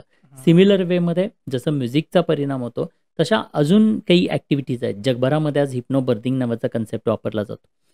सो आम्ही इथे त्या आईमध्ये असणाऱ्या जे काही निगेटिव्हिटीज आहेत, उदाहरणार्थ निगेटिव्हिटीज कुठून येतात, की याच्या आधी एखादं मिसकॅरेजेस झालेलं आहे किंवा बहिणीचं झालेलं आहे, मैत्रिणीचं झालेलं आहे, ते ऐकलेलं आहे. तर मग ती भीती कुठेतरी आत लिटल वाईस म्हणून सारखी सतावत असते. प्रेग्नंट आहे, बट मनात सारखं येत असतं, की प्रॉब्लेम तरी होणार नाही ना, मिसकॅरेज तर होणार नाही ना, बाळाला तर काही प्रॉब्लेम नाही ना. हे जे डाऊटफुल नेचर जे तयार होतं ना, ते बरेचदा तुम्हाला आउट करत असतं. म्हणजे असं म्हटलं जातं 1% doubt is equal to 100% out. So बरेचदा असं होतं. मग हे होऊ नये, ही जी काही एन्झायटी वाढत जाते, ही होऊ नये यासाठी हे जे काही मी ॲटोसजेशन ट्रान्स डिझाईन केलेले आहेत. सो गर्भवती महिला जेव्हा डोळे बंद करून हे ट्रान्स ऐकतात, तेव्हा खरंच ह्या त्यांच्या सबकॉन्शियस लेवलला असे निगेटिव्ह प्रोग्रॅमिंग जे क्रिएट झालेलं आहे ते काढून टाकण्याचं काम केलं जातं. सो हे ट्रान्स खूप युजफुल राहतात. हे ट्रान्स या 9 महिन्यांमध्ये ऐकले पाहिजेत आणि त्याचा खूप अप्रतिम परिणाम बघायला मिळतात. याचा परिणाम म्हणजे याचं प्रूफ म्हणजे काय, तर आम्ही रिसर्च पेपर पब्लिश केलेला आहे याच्यावर. सो ज्या भारतातल्या 50 गर्भवती महिला घेतल्या ज्यांनी हे फॉलो केलं आणि 50 गर्भवती महिला ज्यांनी हे फॉलो केलं नाही, यांचा कॉम्पिटिटिव्ह स्टडी ॲनालिसिस पेपर बनवला आणि त्याच्यामध्ये असं लक्षात आलं की ज्यांनी ही प्रोसेस 9 महिन्यांमध्ये मी सांगितल्याप्रमाणे फॉलो केली, त्यांच्यामध्ये कसल्याही प्रकारे स्ट्रेस, एन्झायटी, डिप्रेशन, अँगर या गोष्टी दिसल्या नाहीत किंवा अगदी त्या मायनर होत्या आणि ज्यांनी नाही केलं त्यांच्यामध्ये मात्र त्या प्रचंड प्रमाणामध्ये होत्या. सो दोघांमधला डिफरन्स पाहिला तर तो प्रचंड मोठा डिफरन्स आपल्याला बघायला मिळतो. सो या ज्या काही इमोशनल गोष्टी आहेत या कंट्रोल करायला हे ट्रान्स मदत करतात, अफर्मेशन्स मदत करतात, एन्व्हायरमेंट मदत करतं. इथे इनलॉज आणि नवरासुद्धा मदत करू शकतो. ओव्हरऑल या पद्धतीनं जर का तिनं प्रयत्न केले तर निश्चित तिची सायकॉलॉजी चांगली राहणार आहे, इमोशन चांगले राहणार आहेत, ती कणखर आणि खंबीर बनणार आहे. मी नेहमी सांगतो, आमच्याशी ज्या महिला जोडल्या गेल्या त्या प्रत्येक महिलेला सांगतो की तू एक सर्वसाधारण आई नाही आहे, तर या 9 महिन्यांसाठी तू जिजाऊ आहेस. आणि मग तो दृष्टिकोन बदलतो. 9 महिने त्या बाळाकडे पाहण्याचा दृष्टिकोन आज प्रत्येक आईचा बदलला पाहिजे, पित्याचा बदलला पाहिजे. जन्मानंतर नाही, तुम्ही द्या नाही तर नाही द्या, बट जन्माच्या आधीच जर का हे बाळकडू दिलं गेलं, गर्भसंस्कारांची प्रोसेस दिली गेली, तर माझी निश्चित खात्री आहे की हे बाळ तुम्ही असो किंवा नसो यशाच्या शिखरावरती पोचल्याशिवाय राहणार नाहीये. मला वाटतं जे कोणी हा पॉडकास्ट बघत असतील तर त्यांनी आपल्या घरातील कुठलीही स्त्री जर गर्भवती असेल तर तिला या गर्भसंस्कार शिबिराला मला वाटतं पाठवायला हरकत नाहीये, असं मला तरी वाटतं. बाकी चॉईस तुमचा आहे. ॲब्सोल्युटली. गर्भसंस्कार तुम्ही देता, त्या मातेच्या थ्रू त्या बाळावर संस्कार होतात. मग याच्यामध्ये त्या बाळाची बौद्धिक पातळी वाढण्यासाठी काही संस्कार केले जातात, तर त्याविषयी जरा सांगा ना. जे सायंटिफिक वेमध्ये बघितलं ना, तर आपल्याकडं पूर्वीच्या काळी जसं की 40 वर्षापूर्वीची जर आई पाहिली तर ती आई येणाऱ्या बाळासाठी म्हणून काही स्वेटर विणायला घ्यायची, काही ॲक्टिव्हिटीज करायची आणि ती त्या बाळाच्या इमोशन्समध्ये एंगेज राहायची, बिझी राहायची. आता काय झालेलं आहे की जेव्हा वर्किंग महिला आहेत, सकाळपासून संध्याकाळपर्यंत बिझी आहेत, स्वतःची जबाबदारी, घरची जबाबदारी, नवऱ्याची जबाबदारी, ऑफिसची जबाबदारी आणि या संपूर्ण जबाबदारीमध्ये आता इमोशनली त्या बाळाशी तसं कनेक्ट व्हायला वेळच नाही आणि मोस्टली होतही नाही आहेत. बिकॉज ऑफ दॅट ती एक भावनिक पोकळी आपल्याला या पिढीमध्ये निर्माण झालेली बघायला मिळते. सो बौद्धिक क्षमता वाढवण्यासाठी तुम्ही जसं सांगितलं, जसं या भावनिक क्षमता वाढवण्यासाठी अशा काही क्रिएटिव्ह टास्क ज्या आहेत ज्या मदत करतात, तसंच बौद्धिक क्षमता वाढवण्यासाठी म्हणजे काय, बौद्धिक क्षमता कोणावरती डिपेंड आहेत तर त्या ब्रेनवरती डिपेंड आहेत. सो कोणत्याही जन्माला येणाऱ्या बाळाचा ब्रेन 80% ब्रेन हा युट्रसमध्येच बनतोय. ब्रेनच्या बाबतीत काय सांगितलं जातं, ब्रेन हा न्यूरॉन्सनी बनलेला आहे आणि हे बनलेले न्यूरॉन्स पुन्हा कधीच परत बनत नाहीत. म्हणजे जी आज बनणार आहेत तेवढेच न्यूरॉन्स तुम्ही घेऊन जन्माला येणार आहात किंवा जन्माला आल्यानंतर रिमेनिंग 20% ऑफ ब्रेनची ग्रोथ होते. 80% ग्रोथ ही गर्भातच होते. तर रिमेनिंग 20% ही 6 वर्षापर्यंत आहे. 6 वर्षानंतर मात्र तुमच्या न्यूरॉनची ग्रोथ होत नाहीये, न्यूरॉन्स तेवढेच राहणार आहेत, ते डिटोरिएट होत जाणार आहे. न्यूरॉनच्या बाबतीत असं म्हटलं जातं की use it or lose it. So तुमच्या न्यूरॉन्स जे काही सेल्युलर लेवलला जेव्हा गर्भात ब्रेन डेव्हलप होतोय त्यावेळेला सुद्धा त्या ब्रेन रिलेटेडच्या ॲक्टिव्हिटीज करणं गरजेचं आहे, ज्याचं ओके. बाळाच्या शार्पनिंगसाठी, प्रोसेसिंग स्पीडसाठी परिवर्तन झालेलं आपल्याला बघायला मिळतं. सो इथे त्या ब्रेनसाठी म्हणून विशेष काय ॲक्टिव्हिटीज केल्या पाहिजेत, जसं ब्रेन जिम असतील, क्रिएटिव्ह टास्क असतील, लॉजिकल टास्क असतील. हे टास्क या 9 महिन्यांमध्ये त्या आईनं परफॉर्म करत असलं पाहिजे. मग साधारण मग यामध्ये समजा गणित सोडवणं असेल किंवा अशा काही- येस, लॉजिकल ब्रेनसाठी मॅथ सॉल्व्ह करणं. इस्रायलमधला मी जेव्हा अभ्यास केला त्यावेळेला लक्षात आलं की इस्रायलमध्ये पती आपल्या पत्नीकडून मॅथ सॉल्व्ह करून घेतो किंवा मॅथच्या ट्युशन्स लावले जातात. सो ओ. मॅथ्स लॉजिकल ब्रेनच्या डेव्हलपमेंटसाठी मदत करणार आहे. विशेषतः आईसाठी का महत्त्वाचं आहे, कारण आई ॲक्टिव्ह राहिली तर तोच ॲक्टिव्हनेस त्या बाळाकडे जाणार आहे. आपण सुद्धा आज आपला ब्रेन जेवढा ॲक्टिव्ह ठेवू तेवढा तो ॲक्टिव्ह राहणार आहे. कमी जेवढा आपण वापरू तेवढा आपण अधिक आळशी आणि अधिक आपण डिटोरिएट होत जाणार आहे. कारण एकदा लॉस झाला की पुन्हा तो न्यूरॉन डेव्हलप होत नाही. सो डे बाय डे जसं आपण एजिंग व्हायला लागतो, लोकांच्यातला उत्साह कमी झालेला बघायला मिळतो. लोक म्हणजे स्मरणशक्ती कमी झालेली बघायला मिळते. हां. त्याचं कारण की न्यूरॉनचा लॉस आहे. त्यासाठी ब्रेन एंगेज असला पाहिजे सातत्यानं. ओके. प्रेग्नन्सीमध्ये हा एंगेज केला तर त्याचा बाळाला खूप चांगला बेनिफिट बघायला मिळेल. म्हणजे आता आपल्याला काही अशी उदाहरणं बघायला मिळतात की शाळेमध्ये काही मुलं खूप ॲव्हरेज असतात, एखादी गोष्ट सांगितली ती समजतही नाही त्यांना. एक्झॅक्टली, मग हे त्याचा परिणाम आहे का? ॲब्सोल्युटली. आत्ता जर पाहिलं ना तर भारतात जन्माला येणारी आजची जी बाळं आहेत ना, ती बाळं बाय चान्स जन्माला येतात, नॉट बाय चॉईस. हो. म्हणजे काय, फक्त लग्न झालंय आम्हाला, बाकी सगळे लग्न झाल्यावर बाळाला जन्माला घालतात म्हणून आम्हीही घालतोय. सो हा अप्रोच ठेवून जी बाळं जन्माला येतात ना, मग त्या बाळांमध्ये त्या क्वालिटीज आपल्याला बघायला मिळत नाहीत. सिम्पलशी गोष्ट आहे ना, तुम्ही आज समजा कुंभाराचं उदाहरण मी देत असतो. तुम्ही एक भांडं बनवताय, तुम्ही स्वतःचा कुंभार आहात, तुम्ही मातीचं भांडं बनवताय. तर ते मातीचं भांडं बनवत असताना तुमच्याकडे चॉईस आहे, ते किती मोठं बनवायचं, कोणत्या शेपचं बनवायचं, कोणत्या साईजचं बनवायचं, किती कपॅसिटीचं बनवायचं, हे तुमच्या हातात आहे. पण एकदा का तुम्ही त्या मातीच्या भांड्याला भाजलत तर मला सांगा, पुन्हा त्याचं साईज, शेप, कपॅसिटी तुम्हाला बदलता येईल? नाही बदलता येणार. अगदी तसंच आहे. ते बनत असताना युट्रसमध्ये बाळ ज्या क्वालिटीचं, ज्या कपॅसिटीचं, ज्या गुणांचं हवं आहे, ज्या क्षमतांचं हवं आहे, ते तशी बनवण्याची अपॉर्च्युनिटी आज या 9 महिन्यांमध्ये. पण एकदा का ती नाळ कापली की पुन्हा तुम्ही काहीच करू शकत नाही. पण ते प्रोसेसमध्ये असताना, म्हणून मी सांगतो की एक माता आपल्या पोटच्या गोळ्याला आकार देण्याचं काम करते आणि एक कुंभार मातीच्या गोळ्याला आकार देण्याचं काम करतो. सो जे साईज, शेप, गुण, क्वालिटीज, क्षमता तुम्हाला हव्या आहेत त्या प्रोसेसमध्येच देता येतात, बनल्यानंतर नाही. आणि म्हणून हे 9 महिने खूप महत्त्वाचे आहेत. इथे जास्त फोकस असला पाहिजे रादर दॅन एनी ॲक्टिव्हिटीज. अगदी जॉब नंतर, मॅटर्निटी फोटोशूट नंतर, बाकी सगळ्या ॲक्टिव्हिटी नंतर पहिलं कोण आहे तर ते बाळ आहे. सो इथे ती आई जेवढी ॲक्टिव्ह राहील, मी गर्भसंस्कारांची डेफिनेशनच नाही, माझी जी डेफिनेशन आहे ती वेगळी मांडतो. गर्भसंस्कार म्हणजे काय, तर गर्भसंस्कार म्हणजे त्या प्रत्येक गर्भवती महिलेचं 9 महिन्यांसाठी happy, active, creative, energetic, peaceful, stable, positive आणि कन्सिस्टंट असणं म्हणजे गर्भसंस्कार. सध्या सगळ्या जगाला, सगळ्या कुटुंबाला हा प्रश्न पडलाय की जे आपल्या हातात एक गॅजेट आलंय छोटंसं, तर ते गॅजेट मुलांना काही मोठ्यांनाही बसू देत नाहीये. मग ह्या गर्भसंस्काराच्या प्रोसेसमध्ये ज्यावेळेस ती महिला प्रेग्नेंट आहे आणि ती सतत मोबाईलवरती आहे, तर याचा त्या गर्भावर काय परिणाम होणार? सी, आपण कोणत्याही गोष्टीला ॲडिक्टेड झालो म्हणजे काय, तर ते पर्टिक्युलर एखादी गोष्ट आपल्यामध्ये डोपामाइन रिलीज करत असते. मी मोबाईल पाहतोय, सो बॅड डोपामाइन रिलीजर्स याला म्हणतात.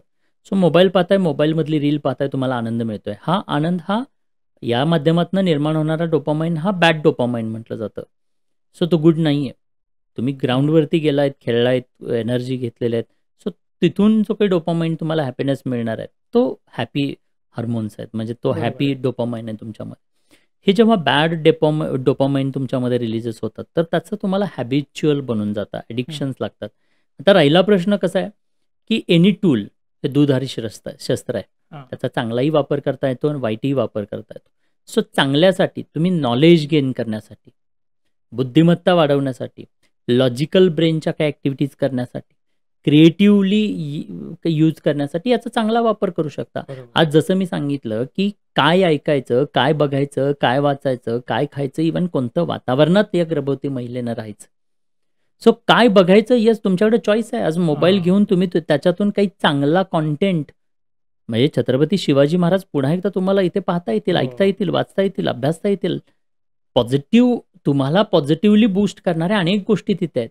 पण ते न करता तुम्ही जर का मोबाईल गेम्समध्ये वेळ घालवताय, रील्स स्क्रोल करण्यामध्ये वेळ घालवताय, ज्याच्यातनं तुम्हाला प्रोडक्टिव्ह असं काहीच भेटत नाहीये, तो कॉन्टेंट हा डेफिनेटली त्या बाळासाठी आणि आईसाठी सुद्धा हार्मफुल आहे. सो तुमचं पॉझिटिव्ह डोपामाइन रिलीज करणाऱ्या ॲक्टिव्हिटीज तुम्ही जर का पाहिल्या, ऐकल्या, वाचल्या, अभ्यासल्या, एन्व्हायरमेंट निर्माण केलं, तर खूप चांगला पॉझिटिव्हच इम्पॅक्ट होणार आहे. सो मोबाईल फोन वाईट नाहीये. त्याचा वापर तुम्ही कसा करताय यावरती डिपेंड आहे. मी तर थँक्स म्हणेन टेक्नॉलॉजीला, कारण पूर्वीच्या काळी गर्भसंस्कार करणं हे सहज सोपं नव्हतं. मुळात आपल्याकडं मलाही आजही लोक विचारतात की सर तुमच्याकडं ऑफलाईनला येऊन आम्हाला गर्भसंस्कार करता येतील का? तर मी सांगतो की ऑफलाईनला 1 दिवस येऊ शकाल, 2 दिवस येऊ शकाल. मी जर का 9 महिने, बिकॉज गर्भसंस्कारांची प्रोसेस 1 दिवसांची नाहीये. बाळ 9 महिने वाढतंय, 9 महिने दररोज तुम्हाला करायचं आहे, कधीतरी नाही करायचं आहे. मग दररोज जर का मी माझ्या सेंटरला बोलवलं तर तुम्हाला शक्य आहे का? तर नाहीये शक्य. बट टेक्नॉलॉजीमुळे आज सोपं झालेलं आहे. घर बसल्या बसल्या तुम्ही खेडेगावात असा, शहरांमध्ये असा, कुठेही असा, घर बसल्या बसल्या तुम्हाला गर्भसंस्कारांची इत्थंभूत माहिती घेता येते आणि त्या पद्धतीने त्या ॲक्टिव्हिटीज करता येत आहेत आणि तुम्ही ॲक्टिव्ह राहताय. तुम्हाला कोणीतरी सपोर्ट करतंय, तुम्हाला म्हणजे प्रत्येक बाबतीत सपोर्ट केला जातोय. तुमचे डाऊट्स, क्वेरीज यांना आन्सर केलं जातोय. सर घर बसल्या बसल्या तुम्हाला इझिली आज गर्भसंस्कार करता येत आहेत, तेही अगदी दररोज. सो हा टेक्नॉलॉजीचा फायदा आहे.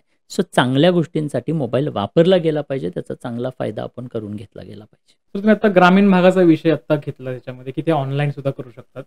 पण म्हणजे मीही ग्रामीण भागातून आलोय, त्याच्यामुळे मला जे माहिती ते मी थोडं एक्सप्रेस करतो, की ग्रामीण भागात अजून गर्भसंस्कार ही जी गोष्ट ही पोचलेली नाहीये. म्हणजे एक स्त्री लग्न करून घरात आली की तिने घर सांभाळायचं, एवढंच करायचं आणि घरातली कामं करायची, ह्याच्या पलीकडे नाही. ती प्रेग्नेंट राहिली, तिने दिवसभराची कामं करायची, 9 महिने तेच करायचं, बाळाला जन्म दिला, संपला विषय. गर्भसंस्कार ही जी डेफिनेशन त्यांच्या आयुष्यात नाहीये. सोशल मीडियामुळे काही महिलांना हे करायचं असेल, पण फॅमिलीमुळे ते करू शकत नाही. मग अशा स्त्रियांनी काय करायला पाहिजे? नाही, करू शकतात ना. ऑनलाईनच्या बेसिसवरती ज्या काही कार्यशाळा माझ्या होत आहेत ऑनलाईनमधून, त्या जोडल्या जाऊ शकतात. अगदी इझिली घर बसल्या बसल्या आता नाही करता येईल. आणि जे तुम्ही आता म्हटलात ना, की गर्भसंस्कारांचा तेवढा अवेअरनेस अजून ग्रामीण भागात नाहीये. I agree with you. जसं की एक काळ होता, शिक्षणाचं महत्त्व भारतातल्या लोकांना विशेष नव्हतं. शाळेत जायचं म्हणजे मोस्टली नको वाटायचं. बट आज शिक्षणाचं महत्त्व प्रसारित झालेलं आहे. म्हणजे आज घराघरामध्ये शिक्षणाचं महत्त्व पोचलेलं आहे. सो तसं याचं महत्त्व सुद्धा येणाऱ्या काळात लोकांना समजेल. आज हजारो लोक जोडली जात आहेत, गर्भसंस्कार करतायत, ज्यांनी आज मला सांगायला खूप कौतुक वाटतं, अभिमान वाटतो, की आज 350 पेक्षाही अधिक गायनेकॉलॉजिस्ट त्यांच्या प्रेग्नन्सीमध्ये आज आमच्याकडे गर्भसंस्कार करतायत. आज या प्रोसेसमध्ये अनेक महिला म्हणजे ज्या की वेल एज्युकेटेड आहेत, अनेक विशिष्ट जातीधर्माच्या महिला आज आपल्याकडे गर्भसंस्कार करतायत. सो हा चेंज आहे. आणि महत्त्वाचा भाग काय, ज्या पहिल्या प्रेग्नन्सीमध्ये महिला आमच्याकडे गर्भसंस्कारांसाठी होत्या, सेकंड प्रेग्नन्सीमध्ये अगदी पहिल्या दिवसापासून त्यांनी लगेच रिजॉईन केलं, की सर मला सेकंड प्रेग्नन्सीमध्ये माझ्या बाळासाठी पुन्हा गर्भसंस्कार करायचे आहेत का, तर माझ्या पहिल्या बाळामध्ये मला रिझल्ट जे दिसत आहेत ते अमेझिंग आहेत. सो यावेळेला सेकंड टाईम ना करताना त्यांना मनीचा प्रॉब्लेम नाही आहे, त्यांना कसलाही प्रॉब्लेम नाही आहे. Without doubt whatever the fees, जे काही कमिटमेंट म्हणून फीज असतील ते, म्हणजे without asking any question second प्रेग्नन्सीमध्ये ते आपल्याकडे जॉईन करतात. सो त्यांना ते रिझल्ट्स त्यांनी अनुभवलेले आहेत, त्यांनी ती प्रोसेस अनुभवलेली आहे आणि आज ते त्यांच्या बाळामध्ये बघायला मिळतंय. आणि म्हणून मला वाटतं की यापेक्षा वेगळं अजून काही म्हणजे प्रूफ आपल्याला असू शकत नाही. मला वाटतं ज्या गर्भवती महिलाच्या ग्रामीण भागात राहत आहेत आणि ज्यांना गर्भसंस्काराची शिबिर अटेंड करायची, तर सरांचा ऑनलाईन वर्कशॉप आहे, त्याच्यावर तुम्ही अटेंड करू शकता. सर मला पुढचा प्रश्न असा घ्यायचा, की सध्या जी परिस्थिती चालली शैक्षणिक दृष्ट्या जी चाललंय, की बाबा आपली जी मुलं आहेत बाहेरच्या कंट्रीजच्या हिशोबाने खूप मागे आहेत, बौद्धिक पातळीमध्ये खूप कमी आहेत, तर याचं काय कारण आहे साधारण? सो योग्य दिशा मी म्हणेन, बौद्धिक क्षमतांच्या बाबतीत तशी भारतीय लोक फार हुशार आहेत. आज IT सेक्टरमध्ये जर पाहिलं तर भारतीयांचाच ठसा आहे. सो बौद्धिक क्षमतांमध्ये आपण आहोत पुढे, पण राईट टाईम राईट दिशा आपल्याला भेटत नाही आहेत. त्यामुळे बरेचदा चांगली कपॅसिटी असणाऱ्या व्यक्तिमत्वाला सुद्धा पुढे जायला वाव भेटत नाही आहे. पॉलिटिक्स म्हणजे जिथे आपण म्हणतो की किंवा आज जाती धर्माच्या बेसिसवरती काही सिलेक्शन्स होत आहेत, किंवा म्हणजे बौद्धिक क्षमता हा क्रायटेरिया कुठेतरी आपल्याकडं कमी प्रमाणात वापरला जातोय मला असं वाटतं. आणि त्यामुळे कुठेतरी काही वेळेला टॅलेंट मागे राहतोय. त्याचबरोबर काय आजच्या या बदलत्या वातावरणामध्ये मीडियाच्या माध्यमातून जे दाखवलं जातंय, ग्लॅमरस लाईफ दाखवलं जातंय, जे की रिॲलिटीमध्ये नाहीये. आज बॉलिवूडच्या माध्यमातून दाखवलं जाणारं ग्लॅमरस लाईफ, मग ते अर्ली ॲडिक्शन्स, आज आपली तरुण पिढी कुठेतरी ॲडिक्शन्समध्ये वाया जाताना आपल्याला पाहायला मिळते. म्हणजे क्रिएटिव्ह, आज असं म्हटलं जातं की भारत हा जगातला सर्वात तरुण देश आहे. ॲव्हरेज वय 29 वर्ष एज असणारा आपला हा देश आहे. बट आमच्यातला ॲव्हरेज जो काही एज असणारा हा तरुण आहे, तो आज व्यसनाधीन बनलेला आहे. ती तरुणी आज व्यसनाधीन बनलेला आहे. त्यामुळे जी देशाच्या प्रगतीसाठी म्हणून ऊर्जा वापरली जाणं शक्य होतं किंवा वापरली जायला हवी होती, ती ऊर्जा कुठेतरी अशा प्रलोभनांमध्ये अडकलेल्या आहे. मोबाईल फोन्समधल्या त्या गेम्समध्ये अडकलेल्या आहे.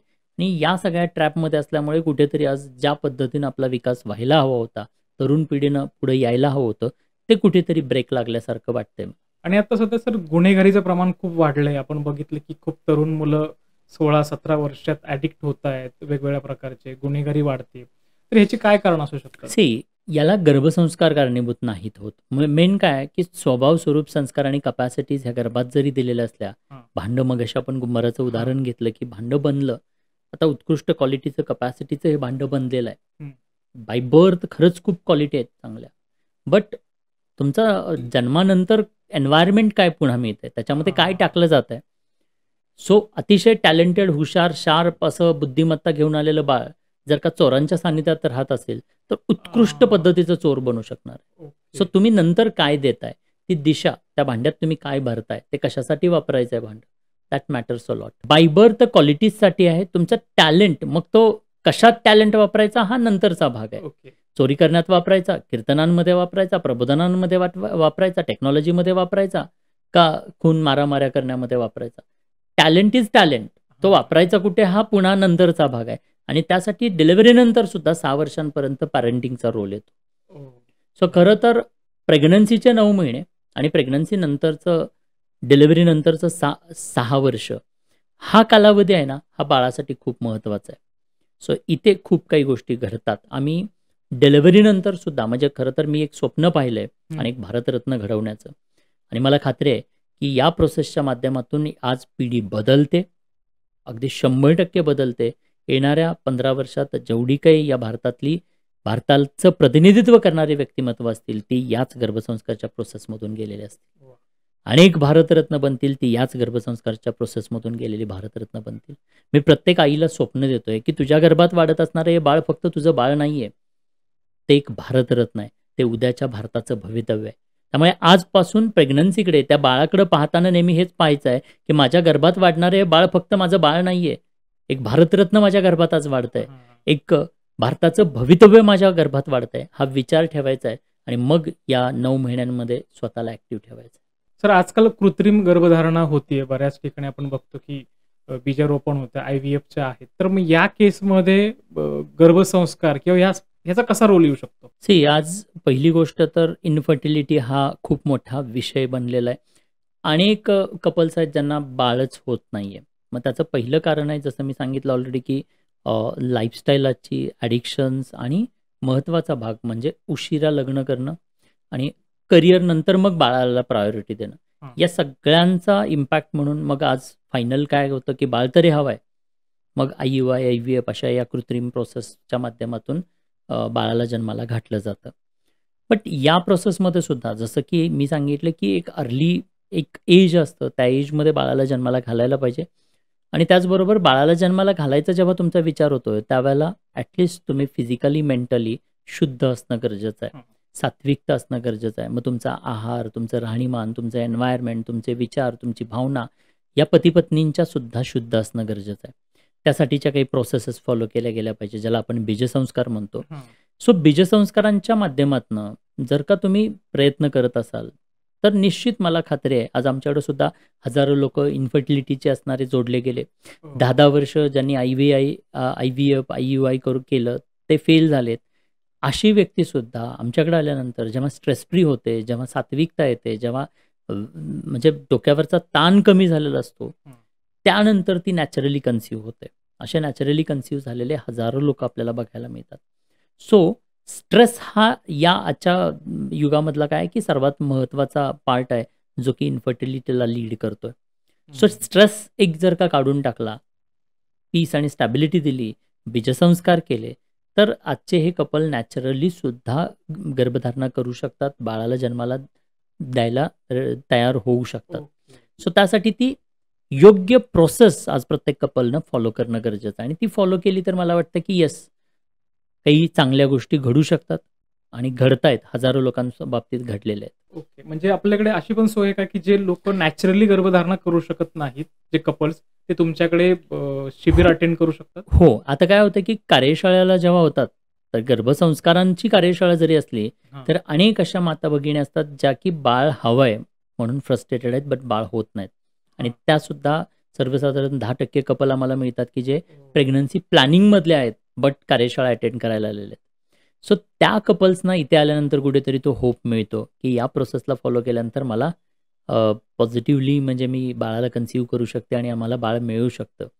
आणि त्यानंतर मग ते प्रेग्नन्सी प्लॅनिंगमध्ये आमच्याकडे जोडले जातात, ज्यांना मग बीजसंस्कारांचं गाईडन्स दिला जातो किंवा डाएटबद्दलचा, आहाराबद्दलचा, स्ट्रेस बस्टर्स म्हणजे काही ॲक्टिव्हिटीज करून घेतल्या जातात, त्यांना काही विशेष ट्रान्स दिले जातात आणि या सगळ्यांचा परिणाम असा बघायला मिळतो की सर्वसाधारण 3-4 महिन्यांमध्ये हे कपल्स कन्सीव्ह करतात आणि खूप छान पद्धतीने त्यांचा जर्नी स्टार्ट होतो. आणि साधारण आतापर्यंत किती कपल्स म्हणजे हे सक्सेसफुली झालंय?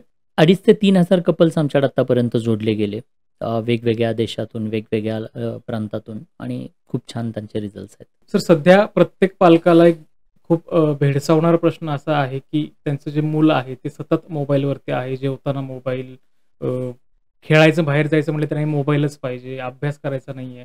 तर मग ही गोष्ट कदाचित ती जी महिला आहे प्रेग्नन्सीमध्ये मोबाईल घेऊन बघत होती म्हणून ते बाळ तसं करतंय, असं काय आहे का? निश्चित नाही. मेनली काय आहे की जन्माला आल्यानंतर जसं मी मगाशी उदाहरण दिलं की भांडं बनल्यानंतर त्यात तुम्ही काय टाकताय? म्हणजे काय आहे की जन्माला आलेलं बाळ पाहतंय की घरातला प्रत्येकजण तो डिव्हाइस घेऊन बसलेला आहे. सो त्याच्यामुळे सुद्धा बाळाच्या टेम्पटेशन्स आता वाढलेले आहेत की मला पण मोबाईल हवा आहे. This is one thing. Second thing, most of the time काय होतं की पॅरेंटिंगमध्ये ते बाळ काहीतरी रडायला लागलेलं आहे, बाळ ऐकत नाही आहे, बाळ किरकिर करतंय. घरातली कामं बरीचशी आईला करायची असतात. मग बाळाला घेऊन बसली तर ती कामं नाही करू शकत. मग बेटर वे काय की मोबाईल हातात द्या, मग ते मोबाईलसोबत खेळत बसेल आणि मग मग घरातली मी कामं करेन. सो ही जी काही आपण टेम्पररी आनंद देण्यासाठी किंवा टेम्पररी तो पेन अवॉइड करण्यासाठी बाळाला मोबाईल देतोय आणि मी घरातल्या कामांकडे लक्ष देतोय, सो त्याच्यातनं त्या बाळाची ती सवय वाढलेली आहे. सो बाळाला त्या मोबाईलमध्ये काय, बाळ डोंट नो. गर्भात असताना बाळाला मोबाईल काय आहे हे माहीत नाही आहे. बाळ आईच्या इमोशन्स मॅटर करतात.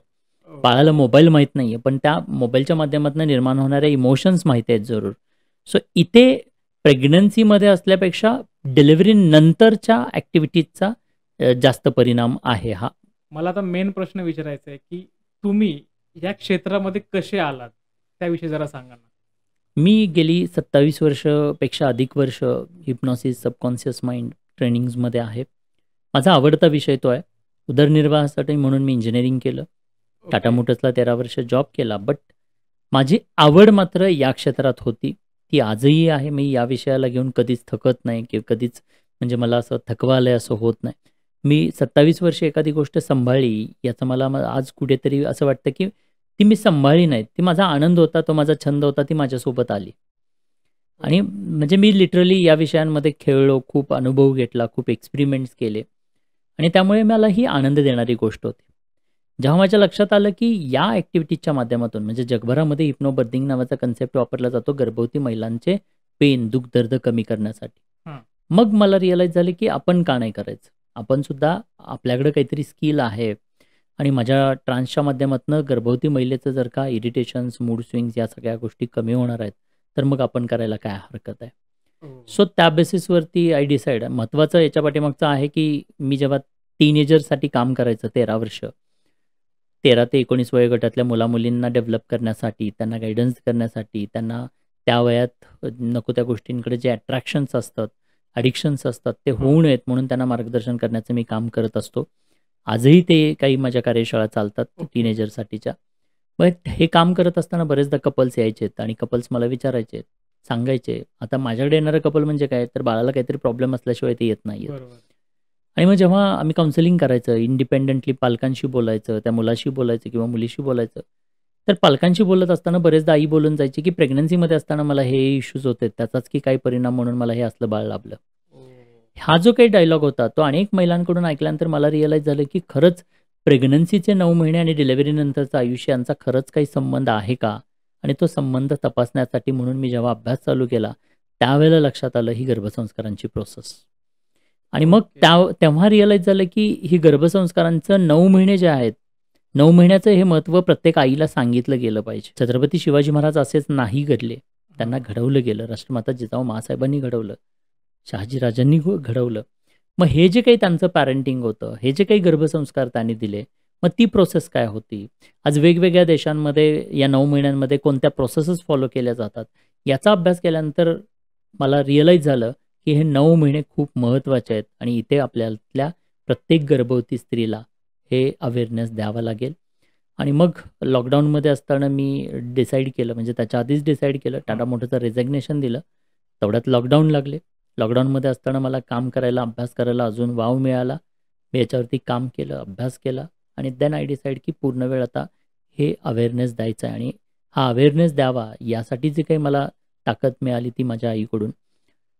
मी माझ्या आईला पाहिलेलं नाही आहे. मी 7 महिन्याचं असताना ती वारली आणि त्यानंतर मला तिला पुन्हा कधीच पाहता आलं नाही. त्यामुळे आयुष्यात नेहमी एक खंत होती, की मला माझ्या आईसाठी काही करता आलं नाही. आणि त्यामुळे जेव्हा हा विषय समोर आला, त्या दिवशी लक्षात आलं, की आतमधून एक आवाज आला, की तुला तुझ्या आईची सेवा करता आली नाही म्हणून काय झालं? या कार्याच्या माध्यमातून तू जगातल्या प्रत्येक गर्भवती आईची सेवा करणार आहेस. बस त्याच एका मोटिवेशननं मी म्हणजे या कार्याला सुरुवात केली. चांगलं इंटेन्शन आणि पर्पज, घराघरामधली आई ही जिजाऊ बनली पाहिजे, या हेतूनं जेव्हा सुरुवात केली, तेव्हा आज अप्रतिम असं परिवर्तन घडताना मला जाणवतंय आणि माझा विश्वास आहे, येणाऱ्या 15 वर्षात भारत बदललेला असेल, ही पिढी बदललेली असेल. नक्कीच, नक्कीच सर. ॲक्च्युली तुमची खूप हार्ट टचिंग स्टोरी आहे. ॲक्च्युली मला तुम्ही सांगितल्यावर कसंही झालं ते, की आईला तुम्ही पाहिलं नाही आणि तुम्ही आज एवढ्या मातांना ट्रेनिंग देऊन एवढं म्हणजे ॲक्च्युली भारत आज ब्लेसिंग्ज आहेत. हजारो, लाखो महिलांचे माझ्यासाठी, लाखो आईंचे माझ्या पाठीमागं आशीर्वाद आहेत. आज गर्भसंस्कार झाले, ते बाळ जन्म घेतलं त्या बाळाने. तुम्ही सांगितलं की 6 वर्षापर्यंतचा पिरियड खूप महत्त्वाचा आहे. बरोबर. या 6 वर्षात त्या माता-पिताने त्या बाळाची कशी काळजी घेतली पाहिजे, काय गोष्टी टाळल्या पाहिजेत? डिझायनिंग केलं गेलं पाहिजे. आजकाल काय झालेलं आहे, माझ्या बाळात काय गुण आणि क्वालिटीज आहेत हे पाहण्यापेक्षा शेजाऱ्याचं बाळ काय करतं, त्याच्यात कोणते गुण आणि क्वालिटीज आहेत, त्या माझ्या बाळात आणण्यासाठीचा मी अट्टहास करतो. म्हणजे माझ्या बाळाकडं जे आहे त्याचं कौतुक न करता, जे नाही आहे त्याचं दुःख जास्त मी करतोय. सो ते दुःख करणं टाळलं पाहिजे. जे तुमच्या बाळात बेस्ट आहे ना, त्याला अजून बेस्ट बनवण्यासाठी प्रयत्न केले गेले पाहिजे. तुमचं बाळ कदाचित गाण्यात बेस्ट असेल, तर आजपासून त्याच्यातली जी ती म्हणजे त्याच्यातला जो टॅलेंट आहे, तो टॅलेंट बाय बर्थ टॅलेंट ओळखा आणि त्याच रिलेटेडच्या गोष्टी प्रोव्हाइड करायला चालू करा. ज्या पद्धतीनं सचिन तेंडुलकर साहेबांचा टॅलेंट घरच्यांनी ओळखला, वयाच्या 4थ्या वर्षी हातात बॅट दिली, म्हणून वयाच्या 40व्या वर्षी भारतरत्न तेंडुलकर साहेब आपल्याला मिळाले. सो मी एवढाच संदेश देईन, की या कालावधीमध्ये म्हणजे ब्रेन आहे, थोडक्यात आपला मोबाईल आहे. मोबाईलमध्ये काही मेमरी मिळालेलं आहे, त्या मेमरीत जगभराचं हे पण ते पण ते पण ते पण सगळंच भरायचं आणि ते फुल करून टाकायचे. धड ते एकाही कामाचं नाही. त्याच्यापेक्षा 10 गोष्टी नसल्या तरी चालतील, पण एकच गोष्ट मात्र परिपूर्ण मास्टर्स. सो 10 गोष्टी नाही आल्या तरी चालतील, पण एका गोष्टीचा ध्यास असला पाहिजे. एका गोष्टीत, एका बाबतीत, एका स्किलमध्ये ते बाळ मास्टर असलं पाहिजे. त्या वन थिंगवरती फोकस केला गेला पाहिजे आणि ती वन थिंग बाळातला टॅलेंट आयडेंटिफाय करून तो अजून जगात कसा बेस्ट बनेल यासाठीचं एन्व्हायरमेंट प्रोव्हाइड केलं गेलं पाहिजे. इथे छत्रपती शिवाजी महाराजांचं पॅरेंटिंग खूप छान झालं. मी म्हणे आईला माहिती होतं माझं बाळ हिंदवी स्वराज्यासाठी एक राजा बनण्यासाठी येणार. तर आईनं राष्ट्रमाता जिजाऊ माँसाहेबांनी सर्वसाधारण 2ऱ्या वर्षापासून छत्रपती शिवाजी महाराजांना बाहेर ठेवलं स्वतःपासून. कोणते स्किल हवे आहेत? तलवारबाजी यायला पाहिजे, घुडस्वारी यायला पाहिजे, राजनीती यायला पाहिजे, संघटन कौशल्य यायला पाहिजे, अनेक भाषा यायला पाहिजेत. ह्या वेगवेगळे एक राजा म्हणून परिपक्वता जी काय असायला हवी ती येण्यासाठी त्या गुरूंकडं छत्रपती शिवाजी महाराजांना पाठवण्यात आलं आणि ते स्किल त्यांच्यामध्ये भरलं गेलं. बरोबर ना? सो आत्ताच्या पालकांनी सुद्धा आपल्या बाळातला वन थिंग आयडेंटिफाय करून, त्याचं बाय बर्थ टॅलेंट आयडेंटिफाय करून त्याच रिलेटेडच्या गोष्टी देण्याचा प्रयत्न केला गेला पाहिजे. या 6 वर्षामध्ये तो बेस बनतोय, बिलीफ सिस्टीम बनते आणि ती जर का पक्की बनवण्यासाठी प्रयत्न केला ना, तर नंतर पुन्हा म्हणजे अगदीच काही नाही केलं तरी चालू शकतं. ते बाळ छान म्हणजे ज्याच्याकडे संस्कार भरलेले आहेत ना, त्या बाळापुढे कितीही तुम्ही ग्लास समोर धरला, सिगारेट ओढ म्हटलं तर ते बाळ कधीच ओढणार नाही. बिकॉज त्याच्यामध्ये संस्कार आतमधून भरलेले आहेत. तो कितीही तशा वातावरणात राहिलं तर ते कधीच वाया जाणार नाही. स्वामी विवेकानंदांचं उदाहरण आपण पाहिलं, की जेव्हा फॉरेनमध्ये असताना एक स्त्री म्हणते, की मला तुझ्यासारखा एक मुलगा हवाय. तर आई त्या स्वामीजींनी उत्तर काय दिलं, तू मलाच मुलगा मान, मीच तुझा मुलगा आहे. सो हा विश्वास स्वामीजींच्या आईला होता. सो हे संस्कार आहेत. आणि हे जर का अशा पद्धतीने या 6 वर्षामध्ये या पालकांनी असे संस्कार जर या बाळामध्ये भरले, असं ते वन थिंग आयडेंटिफाय करून त्याच्यासाठी जर का प्रयत्न केला, तर मला वाटतं की खूप छान आणि तेंडुलकर साहेबांसारखे उत्कृष्ट भारतरत्न आपल्याला लाभतील. की ज्या कोणी लोकांनी हा पॉडकास्ट बघितला आहे, आपल्याजवळ कोणी गर्भवती माता असेल किंवा जे कोणी प्रेग्नन्सी प्लॅन करत असतील, अशा लोकांपर्यंत हा पॉडकास्ट नक्की पोहोचवा. कारण की याच्यामध्ये जे प्रश्न विचारले गेलेत ते सगळे प्रश्न तुमच्या मनात नक्की असणार आहेत, असं मला वाटतंय. आता आपण थांबूयात. सर, तुम्ही तुमचा अमूल्य वेळ दिल्याबद्दल खूप खूप धन्यवाद. Thank you so much. तुम्ही बोलवलंत आणि हा विषय मांडण्याची संधी दिली त्याबद्दल धन्यवाद. कारण हा विषय आज काळाची गरज आहे. प्रत्येक आईला ॲटलिस्ट 9 महिन्यांचं इम्पॉर्टन्स समजला पाहिजे आणि मला खात्री आहे की या पॉडकास्टच्या माध्यमातून अनेक माता भगिनींना फायदा होईल आणि निश्चित त्यांचा आपल्या प्रेग्नन्सीकडे बघण्याचा दृष्टिकोन बदलेल असा मला विश्वास आहे. आणि त्याबद्दल खरंच धन्यवाद. Thank you so much. नक्कीच सर, थँक्यू. जर तुम्हाला हा पॉडकास्ट आवडला असेल तर लाईक आणि शेअर करायला विसरू नका आणि आमच्या गोष्ट फायद्याची या पॉडकास्टच्या यूट्यूब चॅनलला सबस्क्राईब करायला विसरू नका. भेटूयात पुढच्या पॉडकास्टमध्ये एका नवीन विषयासह. धन्यवाद.